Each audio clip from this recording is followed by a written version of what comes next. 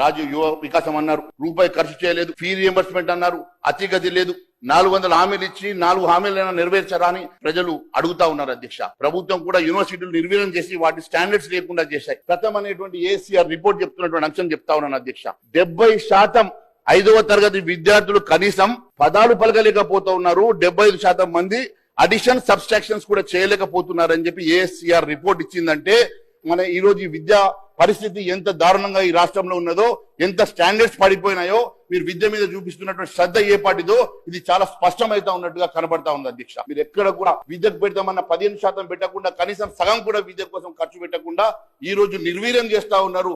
అట్టడుగు బడుగు బలైన వర్గాలు చదువుకునేటువంటి మరి అలాంటి స్కూళ్లలో మీరు ఫండ్స్ అలొకేషన్ చేయకుండా పూర్తిగా ఈ రాష్ట్ర ప్రభుత్వం మోసం చేస్తున్నమాట వాస్తవం కాదా అని చెప్పి అడుగుతా ఉన్నాం అధ్యక్ష. స్టాండర్డ్స్ పోగొట్టి ఆ యూనివర్సిటీలను స్టాన్ఫోర్డ్ యూనివర్సిటీలు చేస్తామని చెప్పడం మరి ఇంతకన్నా దౌర్భాగ్యం ఇంకొకటి లేదు అధ్యక్ష. ఈ రోజు కేవలం బడ్జెట్ లో కేటాయించిన ఖర్చు పెట్టారు. మరి ఈ రకంగా స్టాన్ఫోర్డ్ తోటి పోల్చుకునేటువంటి ప్రయత్నం చేస్తుండడం ఇది చాలా బాధాకరం అధ్యక్ష. ఈ రోజు హెల్త్ బడ్జెట్ చూస్తే అధ్యక్ష 4.22కి తగ్గించారు అధ్యక్ష. హెల్త్ కి కనీసం చిన్న రాష్ట్రాల్లో కూడా 8-10% పెడతా ఉంటే అధ్యక్ష మన బడ్జెట్ లో 4.2% మాత్రమే. అది కూడా దేశంలో one of the lowest allocations for the health అధ్యక్ష.